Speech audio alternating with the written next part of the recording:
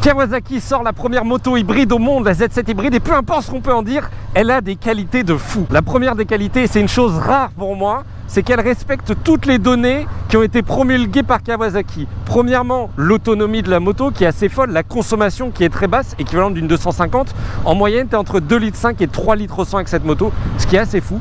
Ensuite, l'autonomie en full électrique, parce que cette moto peut rouler en mode EV, classique sans moteur thermique. Ils annoncent une autonomie d'environ 12 km. Quand j'ai testé le mode jusqu'à la panne sèche, je suis monté à 12,3 km. Sur les premiers mètres, ils annoncent une performance qui est équivalente à une 1000 en accélération. Clairement, c'est le cas. Quand tu te mets en mode départ arrêté, ça t'arrache la gueule. Et je peux que vous inviter à aller découvrir ça en concession, c'est assez fou. Tu t'arrêtes, t'appuies sur le bouton là, t'as juste accéléré, c'est une dinguerie. Et en mode sport, t'as toujours le petit bouton e-boost qui est là si t'as besoin de plus d'accélération.